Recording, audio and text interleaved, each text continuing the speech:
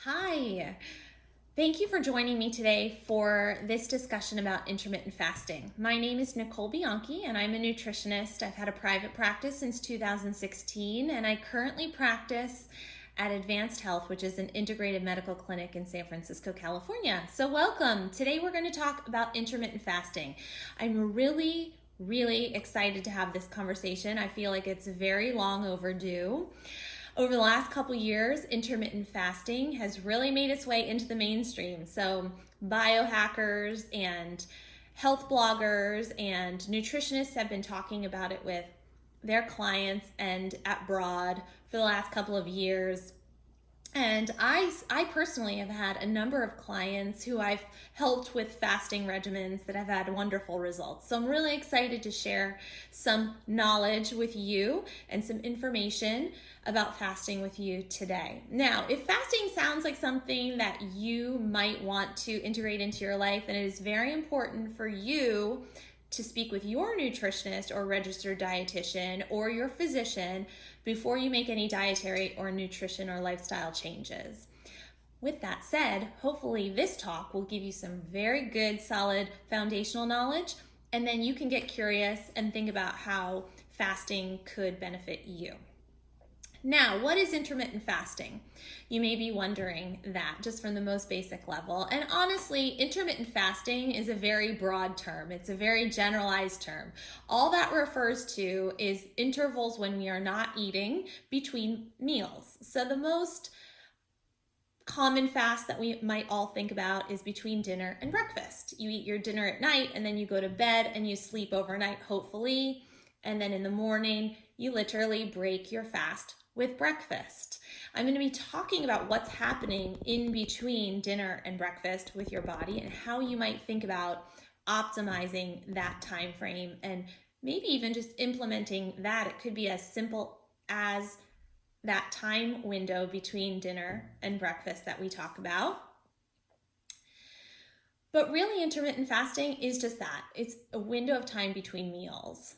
There are more specific and more dramatic ways to do fasting than just those intervals between meals. And that's probably what your friends and family or what you're reading about when you read about intermittent fasting.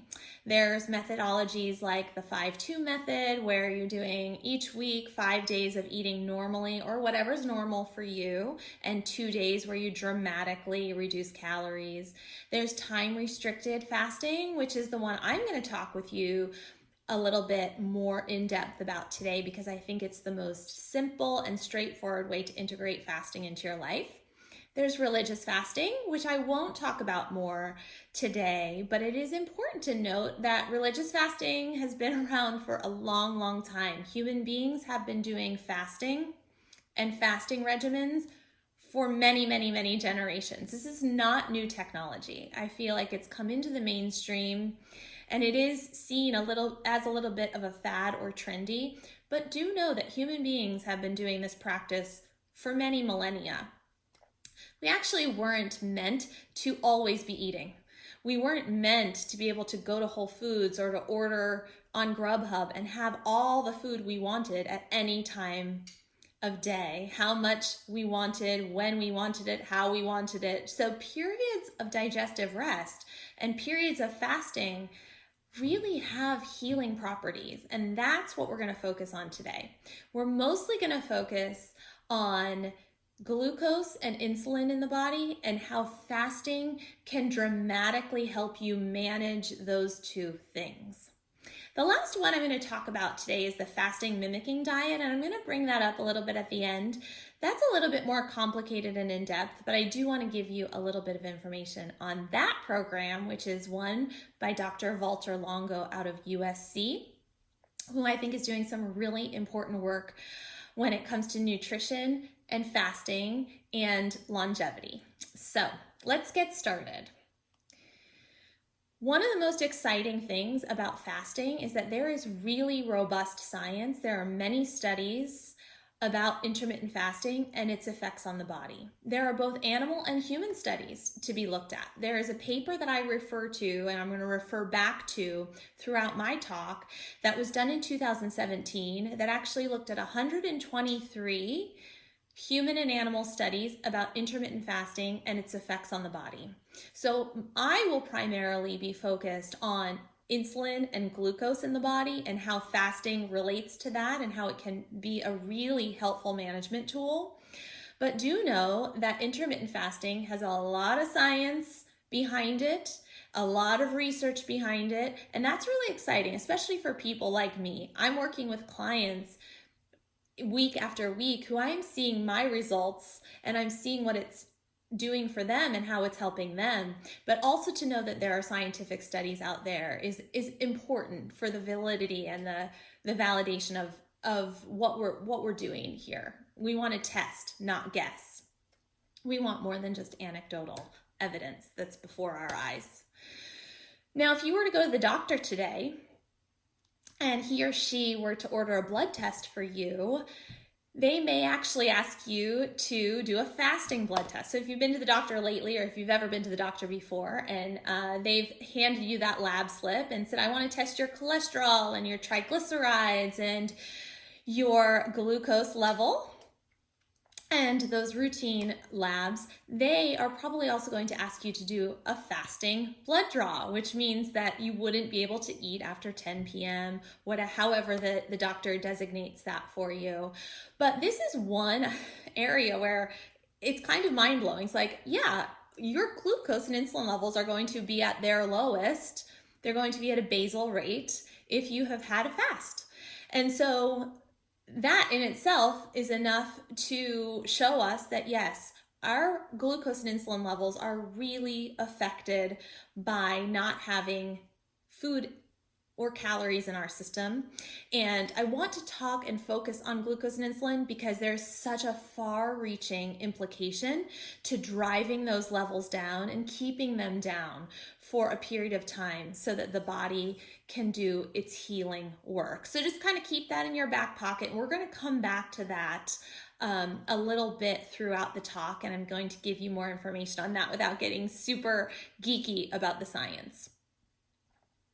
There are many other benefits to intermittent fasting, though I'm going to put a slide up, but in addition to improved insulin sensitivity, which is the opposite of insulin resistance, which is the gateway to diabetes. When your cells are resistant to insulin, they are on their way to being a diabetic cell. You're on the way to being a diabetic body. We'll talk a little bit more about that in a bit.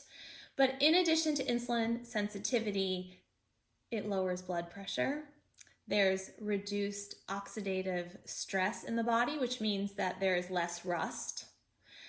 There's improved brain health. When you take digestive rest, when you don't eat for periods of time, during the right periods of time, your brain can do its reset. Your brain can do its cleaning process a lot more effectively. There's increased cell autophagy. Autophagy is a fancy word for what cells do when they recycle components of themselves, when they dispose of components of themselves that are no longer useful or are dysfunctional.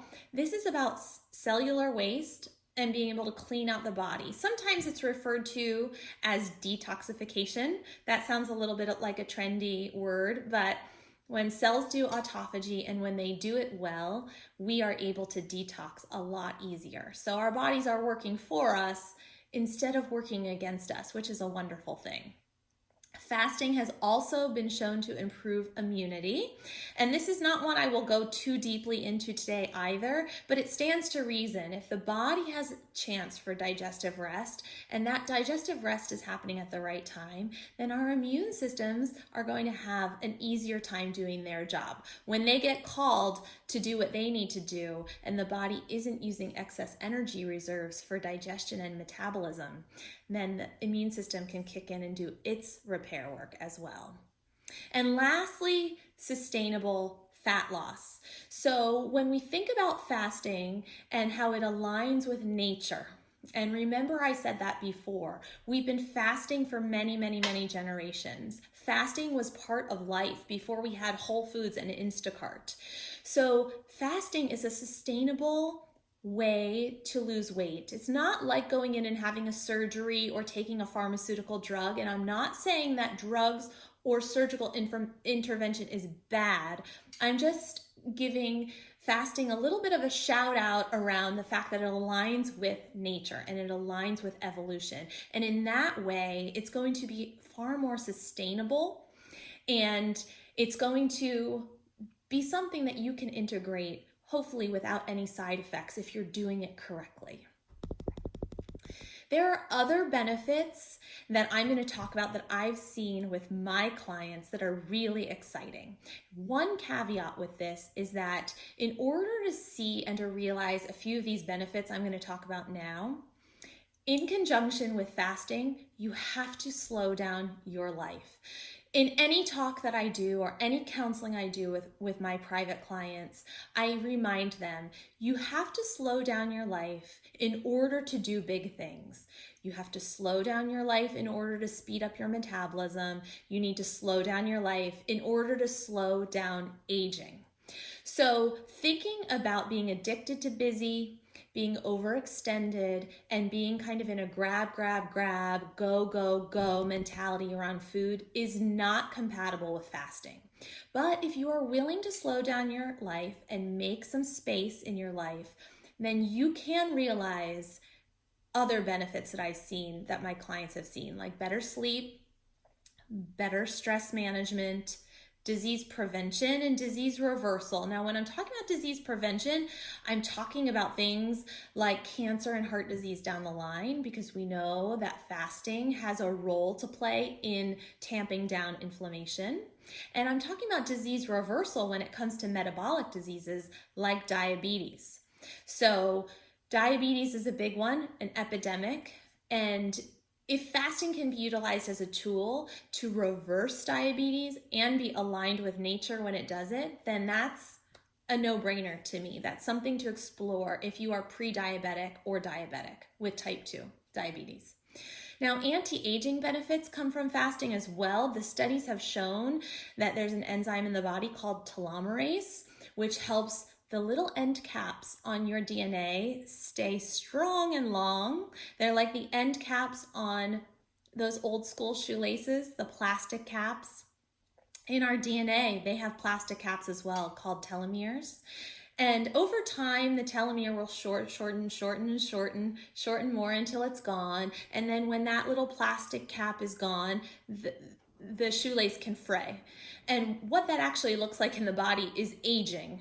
So we get wrinkles and we get oxidative stress and we get ill and dysfunctional. Our DNA gets exposed and frayed. Well, fasting has been shown to increase telomerase, which is the enzyme that keeps those end caps fortified. And the last one that I'll talk about in terms of benefits of fasting is driving a mild ketosis. Now, a lot of people in the mainstream are also talking about the ketogenic diet. And what that basically is when people change their diets, oftentimes very radically, to be very high fat and very low carbohydrate. So what happens when the body doesn't have carbohydrates to draw on for energy? There's no glucose. So ketones are the mode of energy for the body. The body's going to call on ketones instead of the glucose. Now, glucose has its liabilities. Whenever there's glucose floating around in the blood, the pancreas has to use insulin in order to drive the glucose into the cells and be used. And when we are constantly hitting that pancreas for insulin, we are doing damage to the body because insulin is inflammatory. When insulin is floating around and it doesn't have a job to do, which means that we're eating a lot of carbohydrate foods and we're calling on the pancreas to make insulin over and over and over throughout the day and even throughout the night for some people, there are inflammatory effects. The cells also get very resistant. Remember, we want insulin sensitivity, not insulin resistance. But the thing about the ketogenic diet is that we drive glucose very low, and then the body calls on ketones. And ketones are easy to access. They don't need the pancreas to make insulin to help them out. They're right there for the taking.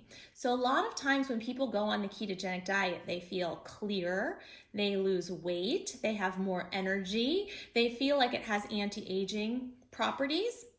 Here's the thing with the ketogenic diet though. Over time, you are missing such a range of beautiful carbohydrate foods from your diet that you're going to have adverse effects. Your microbiome, which is your gut microbes, is going to shrink and die off, and it's going to be problematic in the long term. When I'm talking about carbohydrates and fats and proteins, I'm not talking about bread, meat, and cheese. That's a very mainstream kind of Americanized way of looking at macronutrients. When I'm talking about carbohydrates, I'm talking about greens and legumes. When I'm talking about fats, I'm talking about nuts and seeds and fatty fish. When I'm talking about proteins, I'm talking about legumes and healthy protein that gets brought into the diet, okay? So the ketogenic diet, when someone that you're talking to says, I'm on the ketogenic diet and I feel great and I have my bacon-covered cheese balls for dinner, know that that person might feel good today. They might look good because they've lost weight, but they're not going to live long because there are going to be disease consequences down the line. So how do you drive a mild ketosis in the body, maybe even daily, without going on the ketogenic diet? Well, there's the answer. It's fasting. Intermittent fasting is the way to do that. You get the best of both. And I'm going to talk to you more about that when we get in deeper to time-restricted fasting and time-restricted eating. Now, who should not fast? So if you're on this list, you really should reconsider fasting, or you should talk with a professional who is familiar with the liabilities of fasting before you go down that path. Very obvious, but I want to mention it. Children and adolescents should not be fasting. They are still developing rapidly. They are growing. They are not they are not candidates for fasting. So I work with teenagers in my practice. I really want to emphasize this even more.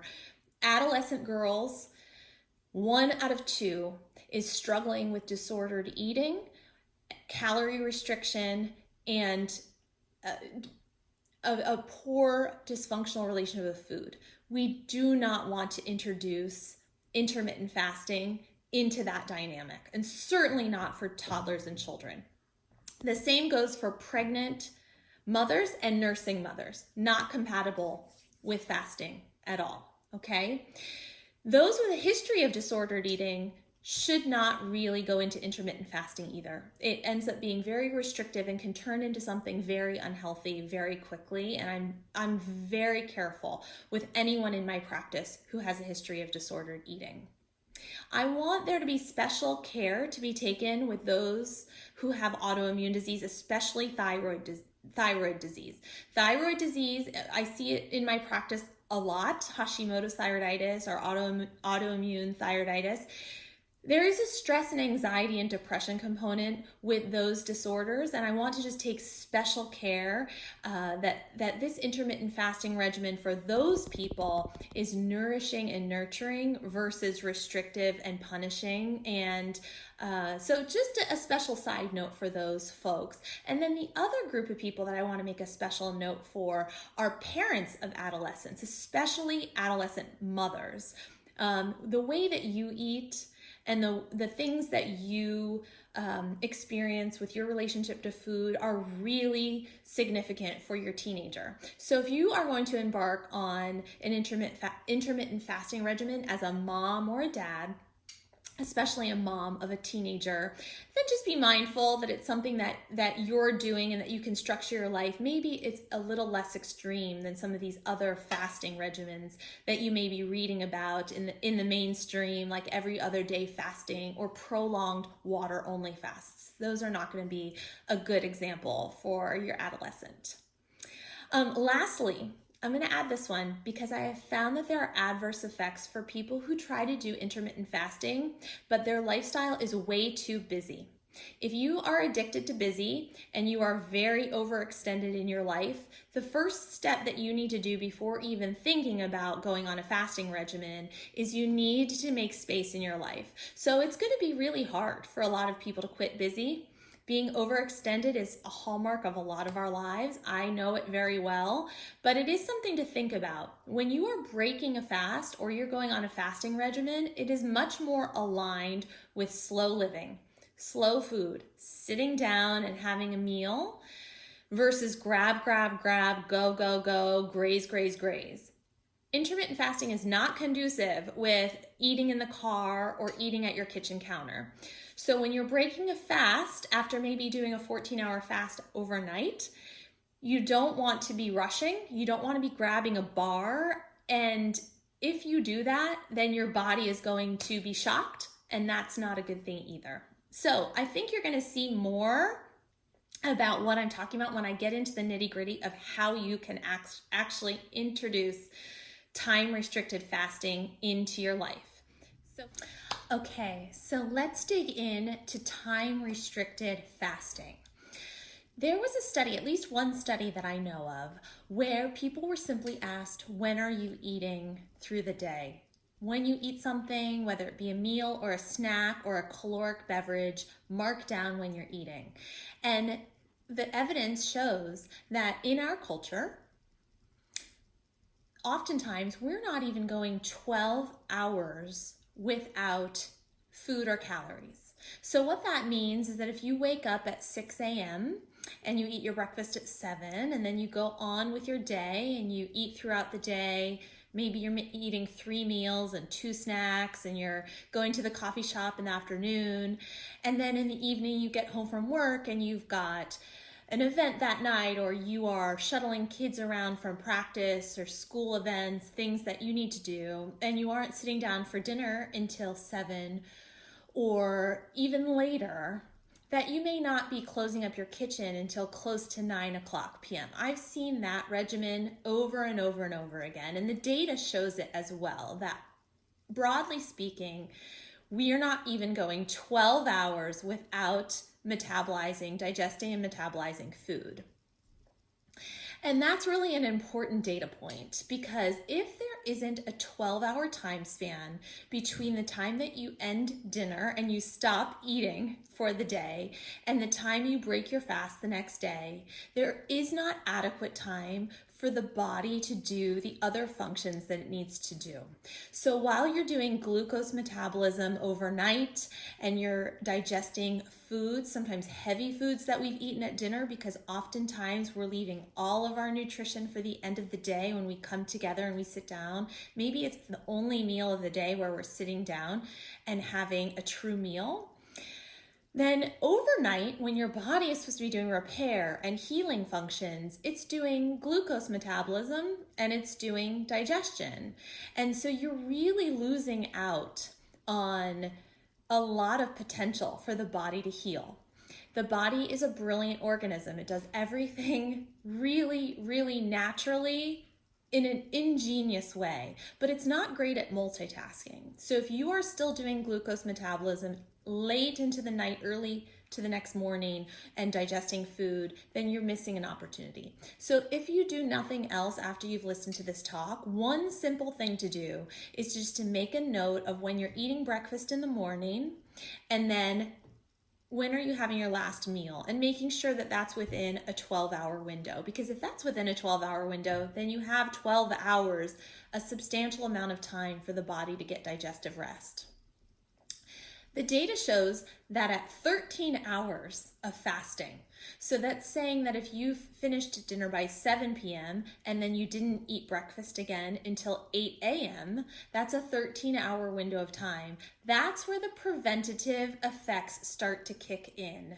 So as we see the body being able to do more robust healing, dealing with inflammation, the liver is able to detox, the brain is able to do its reset function, cells are able to do cellular autophagy, then we really start to see some dramatic effects. And that's at 13 hours only. So I had a client who came to me, and she was a mother of 2 small children, and she was struggling to lose that last bit of baby weight after she had had her second child, who was going on toddlerhood. So it had been a couple of years since she had given birth.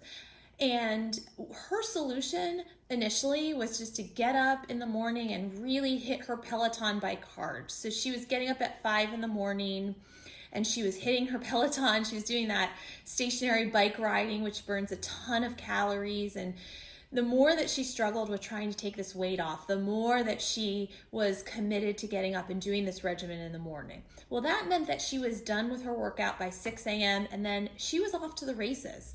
She worked a really long day at work, grazed and ate through the day, maybe sometimes eating at her desk and snacking, grab and go foods, and then got home in the evening and ate a dinner with her husband after her children had gone to bed.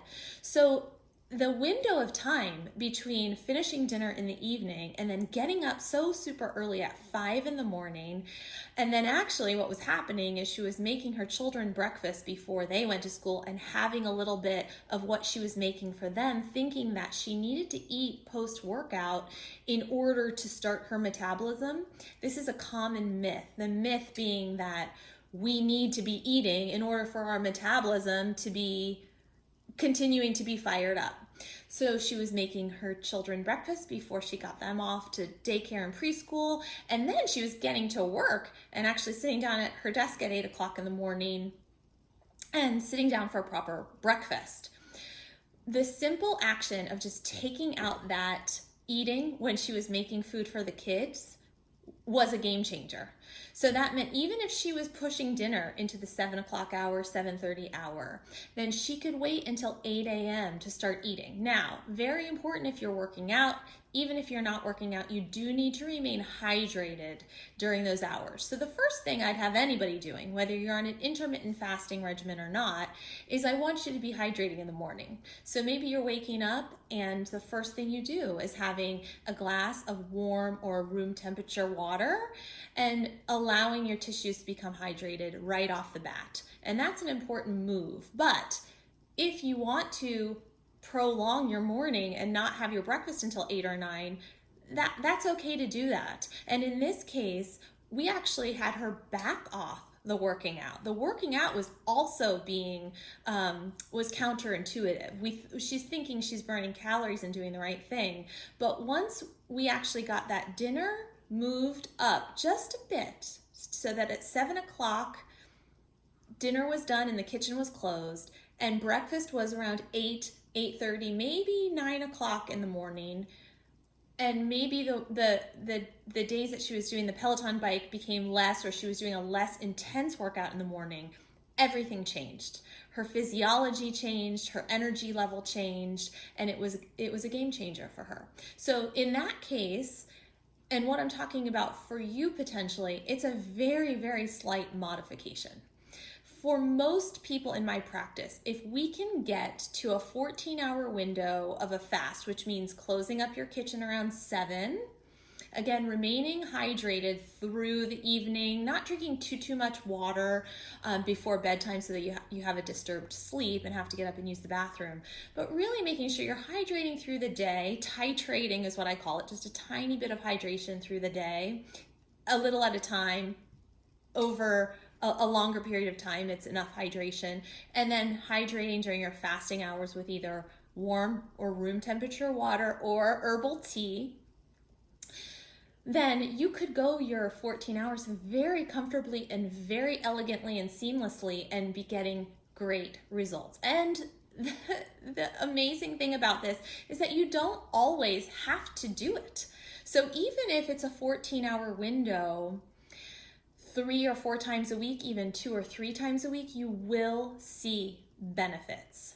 If I'm giving a big talk, or I have a big meeting the next day, or I've got something that I'm looking forward to that I really want to feel fresh for, I really make sure that I'm pushing my dinner hour up so that I have a nice long extended fast, not only in totality, but before I go to bed, so that I know that I'm done with glucose metabolism well before those middle of the night hours when my other organs are doing their healing work. Now, you may see a lot in this time restricted fasting arena around 16 hours of fasting and 8 hours of eating. So what that really comes out to is that someone's skipping breakfast altogether. And I'm going to talk a little bit more about that. But I do see people coming in to me and they message me and say, I'm trying intermittent fasting, so I'm just going right to lunch. Lunch is at noon, let's just say, and then they're done with their feeding window by 8 p.m., or maybe it's even 6 p.m. and they're doing 6 hours of feeding and then 18 hours of a fast, which to me, that starts to become a little bit extreme for a daily regimen. And also, you are throwing your circadian rhythm off a little bit with that feeding window. Okay, so the feeding window moves based on what you choose. Okay, so maybe you're breaking your fast at 8 a.m. and you're done eating at 6 p.m. That's going to be a 10-hour feeding window and a 14-hour fast. But for people who are doing longer fasts, it's a shorter window, and that becomes really 2 meals and maybe a substantial snack. And there's some calorie restriction that naturally happens with that longer window of fasting and shorter window of feeding. And I just want to emphasize the fact that that is not necessary. It is not necessary to restrict calories in order to get the benefits of intermittent fasting, because if you're on a 10-hour feeding window, that's still 3 meals per day, and you might not be changing how many calories that you're consuming, but you are changing when you're consuming them, and your metabolism is going to benefit from that shorter window of time. Okay. The next thing I want to talk about, though, is to expand on what is happening in your body and what the circadian rhythm really dictates. So when you see in the mainstream an 8-hour feeding window and a 16-hour fast, or even people who are pushing it to 6 hours of a feeding window and an 18-hour fast, and that means that they're eating later in the day, like a noon start and a 6 p.m. finish. Here's what I want to dig into with you next, which is the circadian rhythm and what that dictates versus the social rhythm and what that dictates. We know that our social rhythm is that dinner is a really important meal for people. Oftentimes in our culture, we are not sitting down for family breakfast, and we are not sitting down for a community or a family lunch. So we are saving that community time for dinner. And so it makes sense to keep that as a keystone or a cornerstone to a program for people. When you're extending your fast out to 18 or 16 hours, and means that you're pushing your first meal back to 11 a.m. or 12 p.m. lunchtime, it does seem to make sense, and it does fit in with a social rhythm of the way that we live our lives. The catch to that, though, is that our circadian rhythm dictates that glucose metabolism is far easier for the body in the first half of the day. So if you started your day and you started your feeding at 8 a.m. and you stopped at 4 p.m., let's just say, that would be 8 hours of feeding and 16 hours of fasting. Your ability to metabolize glucose is much stronger than if you're doing in the latter half of the day. Okay, so we have to weigh that out. That is why I am oftentimes recommending to people, let's go 10 hours, because that gives you 8 to 6. And then you can hold with your social rhythm of sitting down with your community or with your family, with your children, with your spouse, your significant other in the evening.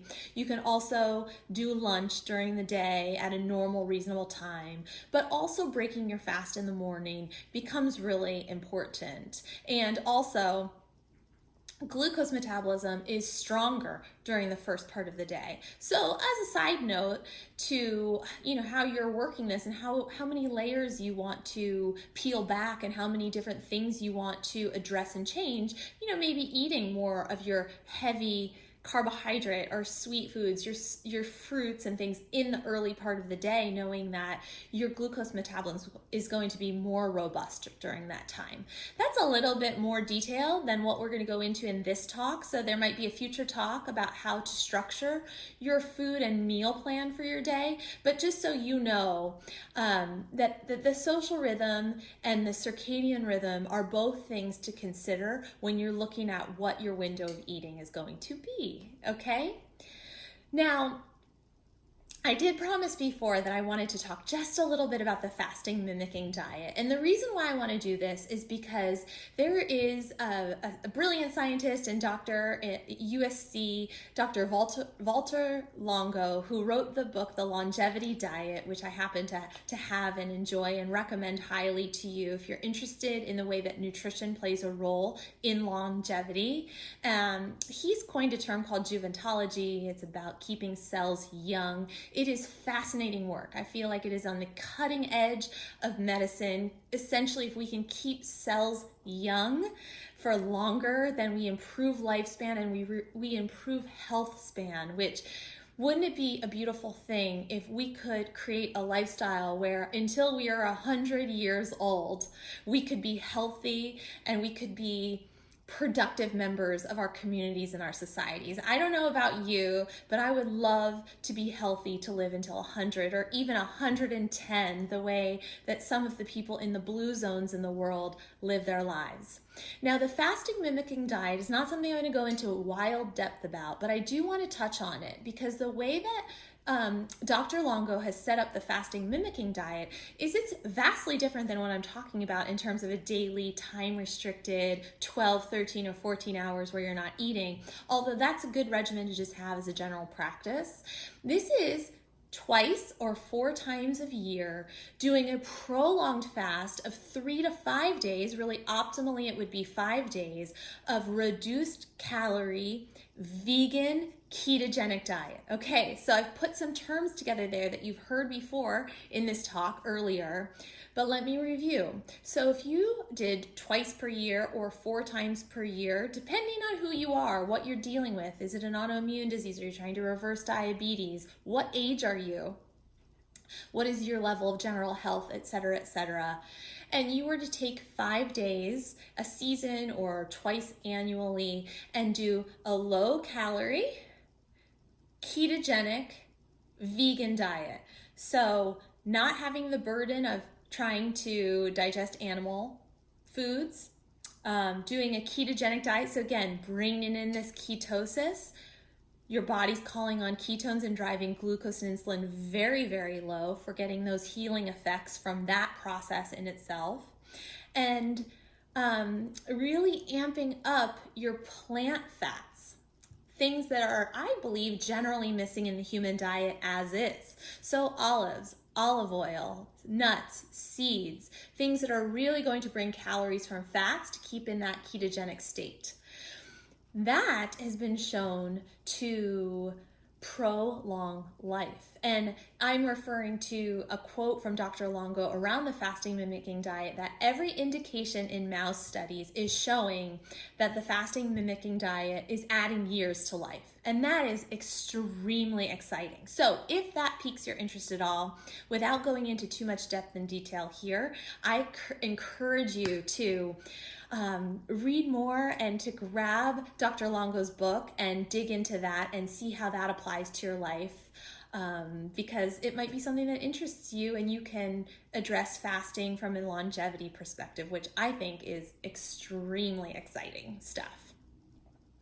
So how are you going to walk away from this talk and use this information in your life? I've got 4 helpful points for you here. So it's not only about when you eat, it's also about these 4 helpful points and bringing those in. Now, as an aside, of course, slowing down, slow food, slow living, slowing everything down is going to rev up metabolism and is going to slow down aging. And that is a principle that I have built my practice on from the ground up and that I believe very strongly, whether you're doing a fasting regimen or not. But these next 4 things really are easy keys to get you into a fasting regimen potentially and to have it work for you.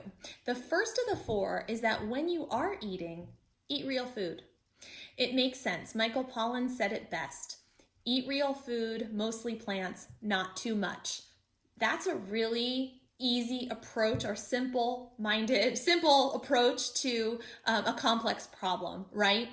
It may be easier said than done, but when I say eat real food, I want to emphasize the fact that you cannot come off of a fasting period of time and eat Kentucky Fried Chicken and think you're going to get benefits, because the negatives of that food that you're eating, the what of what you're eating, is going to negate any type of benefits that you get from any other lifestyle decision that you make.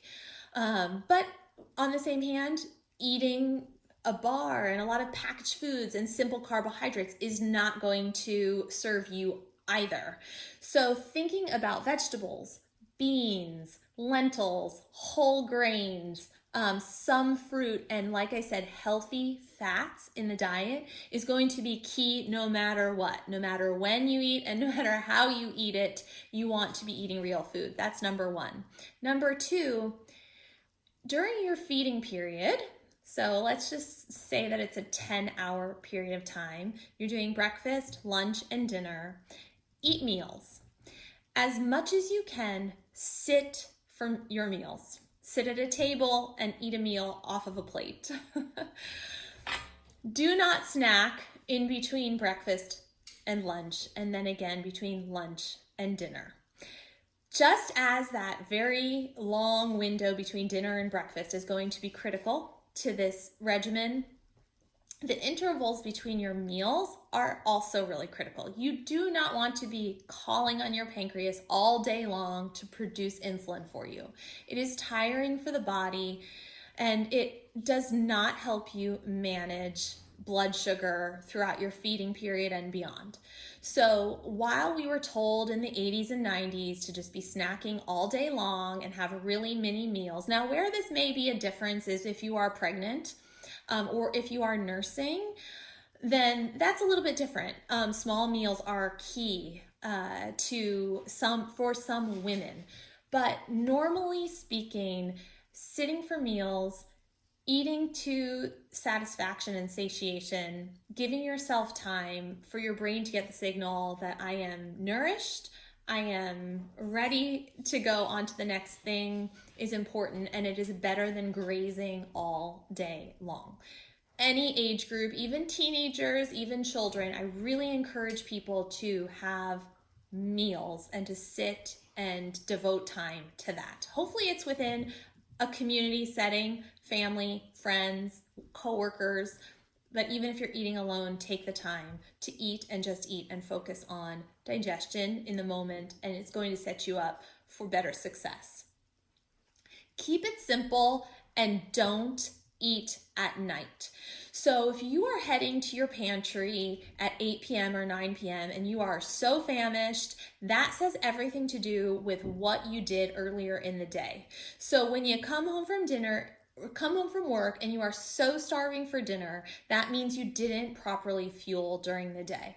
So again, your digestion and your ability to metabolize early in the day is going to be stronger and more robust. It is important to have a substantial breakfast. And if you can follow that up with a semi-substantial midday meal lunch, then you are going to be set up for success to have a lighter dinner and not be heading to the kitchen after dinner so famished that you need fuel before you go to bed.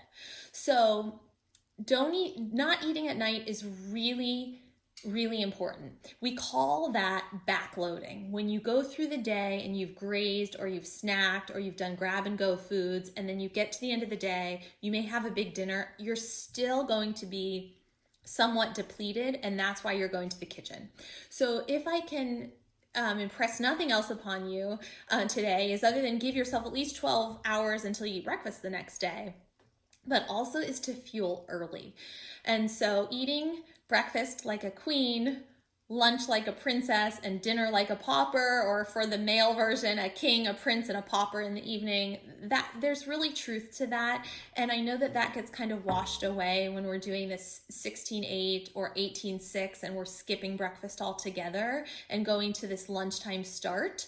So again, it's more for you to think about starting your day early and starting getting some quality, real food into your body at breakfast time. So not dishonoring breakfast or the really high sugary cereal breakfast. Getting some vegetables into your body or getting a warm breakfast in the morning is going to be key to what happens later in the day. Also, just keep it simple too. It doesn't have to be every day for you to get benefits. So if you have a party tomorrow night and you're going to be going out and you're going to have hors d'oeuvres at 7, and then you're going to be having a lovely, wonderful meal with friends and family and in community, don't deprive yourself of that. Keep it simple. The next day you can go ahead and get back to your regular schedule. The last thing is kind of to that point of not being too rigid, okay? Your feeding window is flexible somewhat. You're going to see what works for you. You're going to have opportunities where you do want to go out and have an evening event or a dinner that's going to run late. Go and do that and enjoy your life. This is not about deprivation. You might even consider the season. You know, in wintertime, dinner is naturally earlier. It gets dark a lot earlier, we get hungrier a lot earlier, and hopefully we're using wintertime to get longer sleep and come inward and be restful. Once it starts to become spring and summer and we have daylight savings time that kicks in, then the meal window may shift and change for a little bit before it hits an equilibrium again. And so be flexible with yourself seasonally. The other thing to think about is, hey, if you've got a big talk or a big meeting the next day, have an early dinner and extend your fasting window a little bit. If you've had a fight with a significant other or a spouse and you want to emotionally heal, then maybe an early dinner would be appropriate for you that day, and an early bedtime as well. Maybe you've got the flu or you've got a cold. Early dinner again, light dinner, so that your body can do its healing mechanisms at even a higher level once you get to sleep in that evening. So here's the takeaway. This should be very simple. This should be even, dare I say, easy. And it should be compatible with your life. And it should also be compatible with nature and evolution. This is not something to bring in and make it very extreme or very rigid. Perfection and precision really have no place with food. Food is a joyful experience, and it's also seasonal, and it's rhythmic. So go with the rhythm. Take some of these tools that we've talked about today and make some simple shifts, again, under the advice and guidance of your nutritionist or dietitian or physician.